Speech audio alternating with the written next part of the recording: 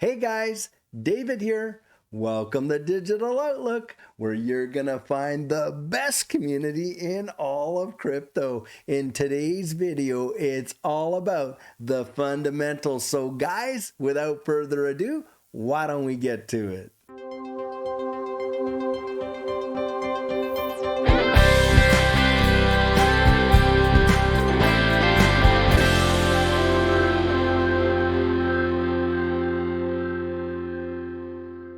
Well, guys, I'll tell you what, it is so easy sometimes to lose perspective in this space when you get all this narrative of FUD coming out when we see little bitty price dips, forgetting the fact that just a few months back there in June, we were sitting at what, 17.5 cents, and where are we now, guys? 42 cents, which is more than a 100% return on your money in just a few months in this ecosystem. And oftentimes, guys, that's where all the focus goes. It all goes to price and all that. And people are just looking at their portfolios and beads of sweat are running down their face. And they're absolutely forgetting about the fundamentals. And you need to ask yourself, has this ecosystem contracted or has it actually expanded? Is it really making a difference in the world, or is it just kind of fading away? Well, guys, I want you to take a look at this article right down here and just check this out. Ripple making waves in Dubai. Government media office hails it as enterprise blockchain leader. Guys, the fundamentals in this space have nowhere near diminished in comparison to what you're seeing in the price. The fundamentals are absolutely amazing. And I believe, guys, in time, we are going to see the appreciation match the fundamentals. Just take a listen to this article right down here. The official media office of the Dubai government has recognized leading fintech firm Ripple as a leading provider of enterprise blockchain and cryptocurrency solutions.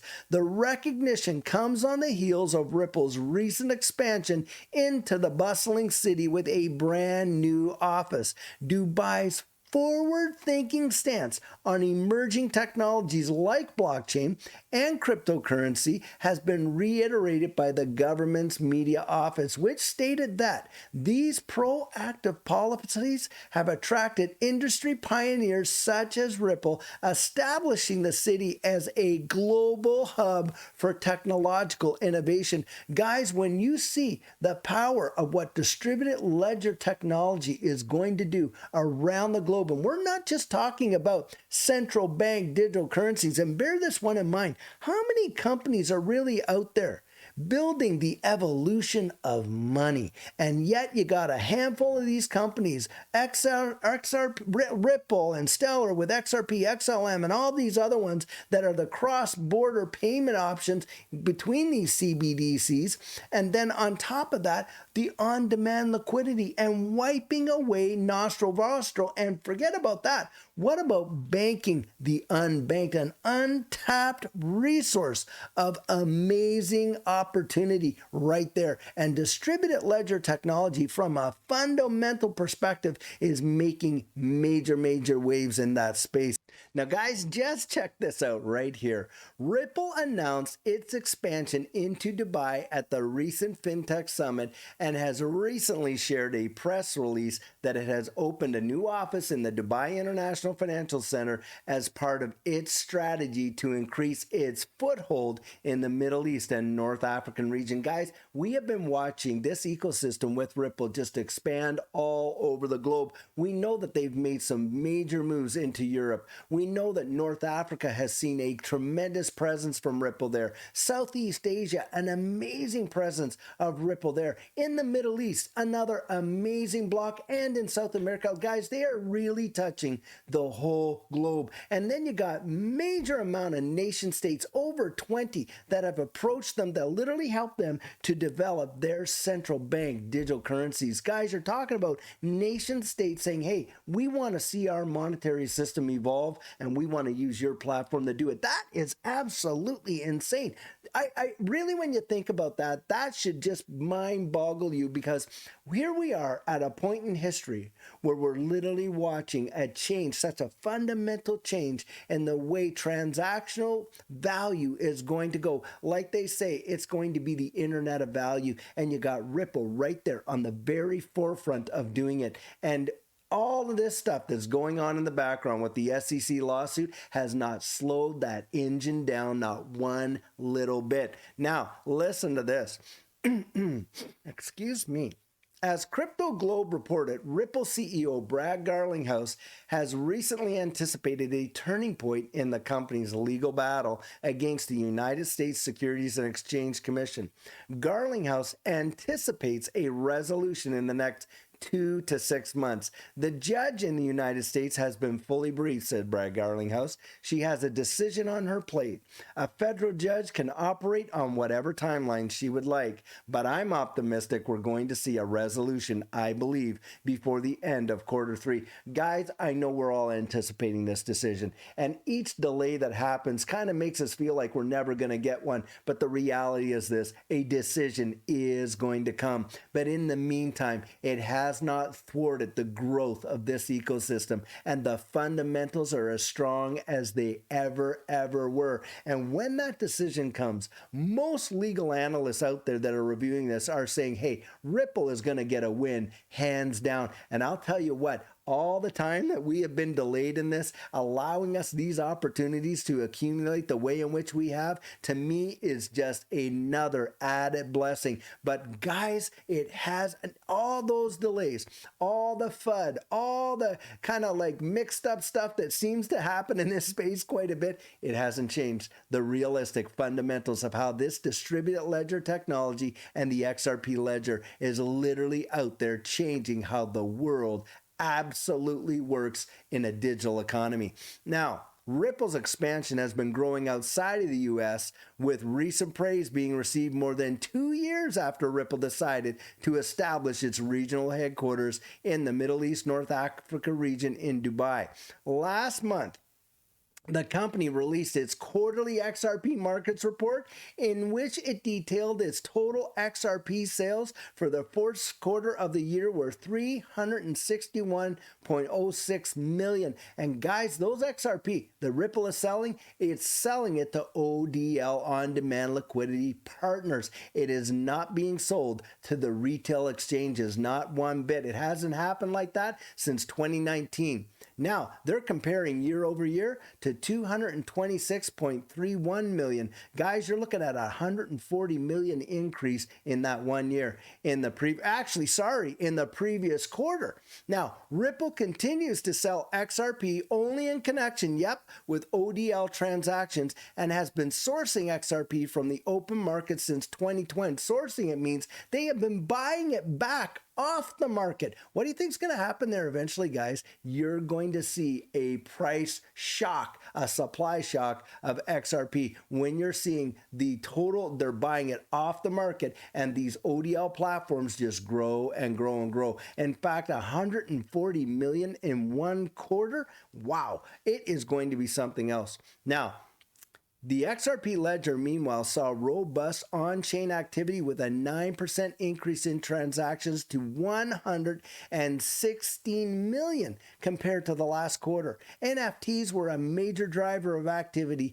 and more than 1 million assets have been created on the ledger since the launch of XLS20 on the mainnet. Absolutely amazing. Now, guys, just take a listen to this article here, because it's another one of those major indicators to show you that fundamentals are absolutely powerful in the way in which they're happening right now. Ripple's payment partner Trianglo celebrates 1 billion in on-demand liquidity volume. 1 billion. Global cross-border payment processing hub Tranglo, which doubles as Ripple's payment partner, hit a record of over 1 billion in on-demand liquidity transactions for the first time since the launch of the service. According to Tranglo tweet, the firm has revitalized volume in key corridors, processing over 1 billion USD in on-demand liquidity transactions after the partnership with Ripple in 2021. 1 year after Ripple acquired a 40% stake in Tranglo, the latter integrated the Ripple ODL service into its payment corridors. This follows the successful pilot of on-demand liquidity deployment in September of 2021, which recorded 250,000 transactions worth 48 million processed all within the first 100 days. Guys, 2021 to 2023, and you're seeing that it went from 48 million to 1 billion? That is mesmerizing. When Ripple bought the stake in the Asian fintech firm, the partnership aimed to help the Brad Garlinghouse firm. Well, hey, Brad Garlinghouse is the CEO, but Ripple's owned by a lot more people than just Brad Garlinghouse. Anyhow, to meet the increasing customer demand in the Asian region, and this is where it is, guys. Remember, we were just looking at the Middle East there and North Africa. Now here we are in the Asian region, and you're seeing what? Expansion, growth, strength in the fundamentals.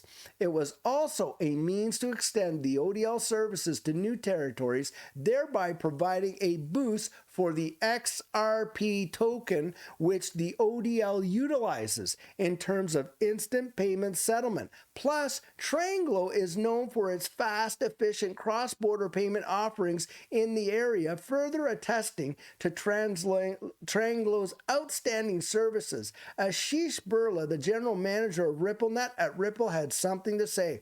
Tranglo's robust payments infrastructure, coupled with their unparalleled customer service and quality, makes them an ideal partner to support our expansion of on-demand liquidity, starting with Southeast Asia region. We are excited to continue and carry out our shared mission to transform cross-border payment transactions to be faster, cheaper, and more secure with blockchain technology and digital assets. And guys, you are literally seeing this happen in real time right now. Always keep your focus on the fundamentals. The price is going to catch up one day, and it's going to take most people by absolute surprise. It's going to leave them totally gobsmacked and their jaws on the floor when they see what's going to happen in an absolute utility bull run. It is going to be absolutely amazing. Now, guys, I want to finish things up with this because I thought this was just sweet to read. Here we have the Chamber of Commerce kind of rebuking the SEC in its overreach in the digital asset industry, and out comes John Deaton to absolutely support this rebuke from the Chamber of Commerce. On May 11th, John Deaton, the attorney and legal representative of XRP holders in the collective lawsuit against the U.S. Securities and Exchange Commission, supported the report presented by the United States Chamber of Commerce, a major business interest group opposing the country's current regulatory environment driven by the SEC.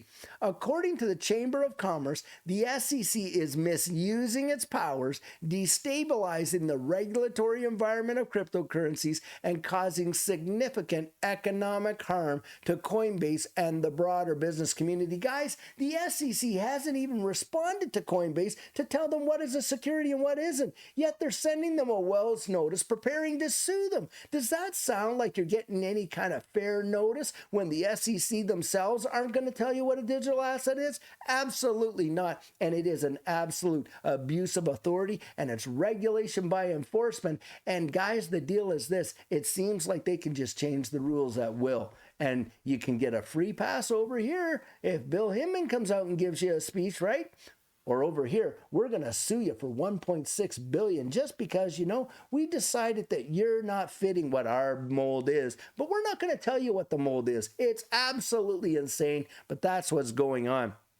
Now, XRP holders attorney Deaton stated that the Chamber of Commerce was not the first to denounce the SEC's overreach in the uncertain regulatory environment. For over 2 years, XRP holders have pointed out that the SEC won't stop its attack on Ripple.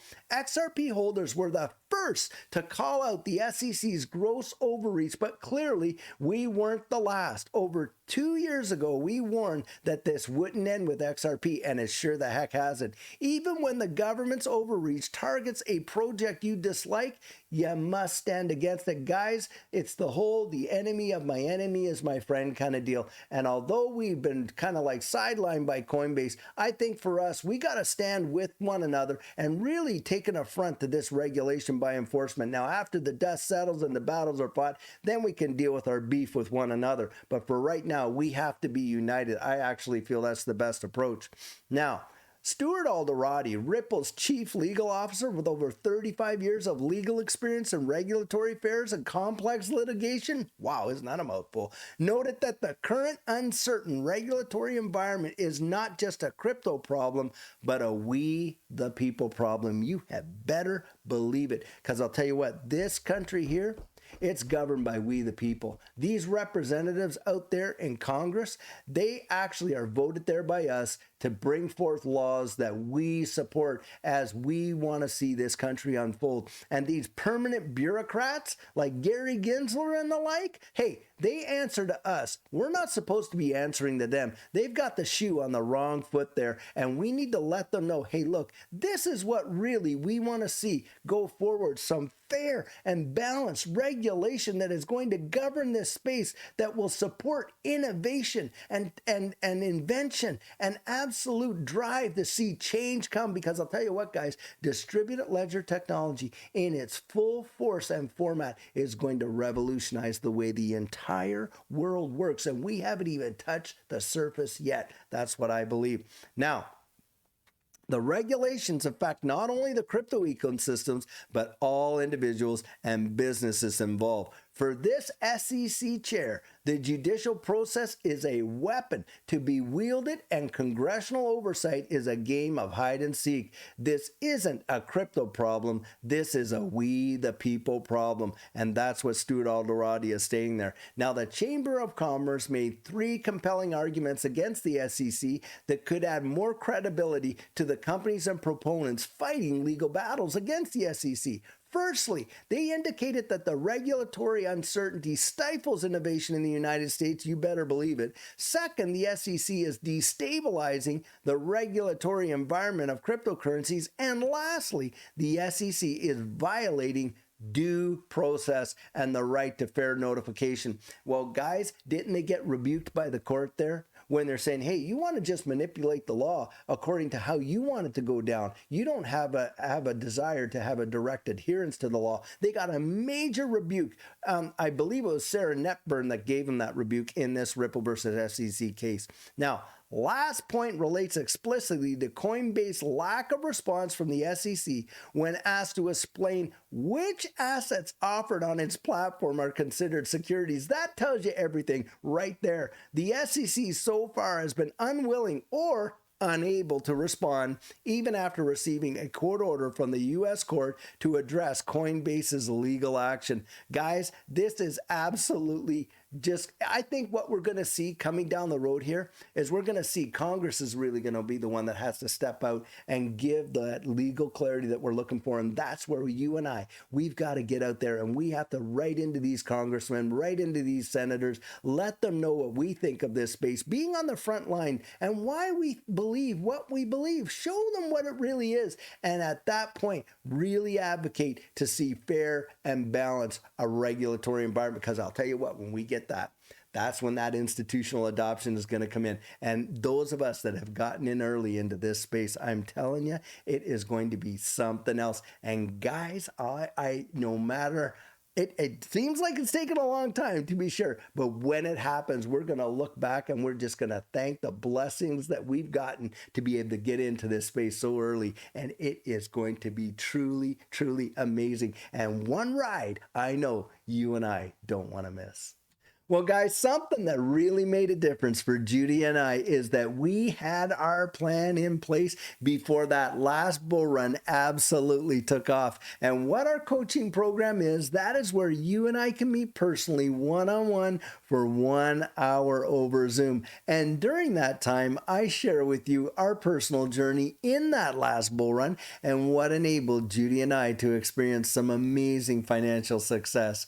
I share with you the mistakes we made so that you don't have to fall into the same pitfalls we did. We take a look at your portfolio and make sure that it's balanced towards your goals, and we work together to develop your exit strategy. We can even get your assets off an exchange and onto a hardware wallet, along with delivering to you some amazing techniques that are really going to help you in this space. Now, the cost of that is $250, and if that's something that interests you, you write me right there at coaching@thedigitaloutlook.com and we'll get you all booked in.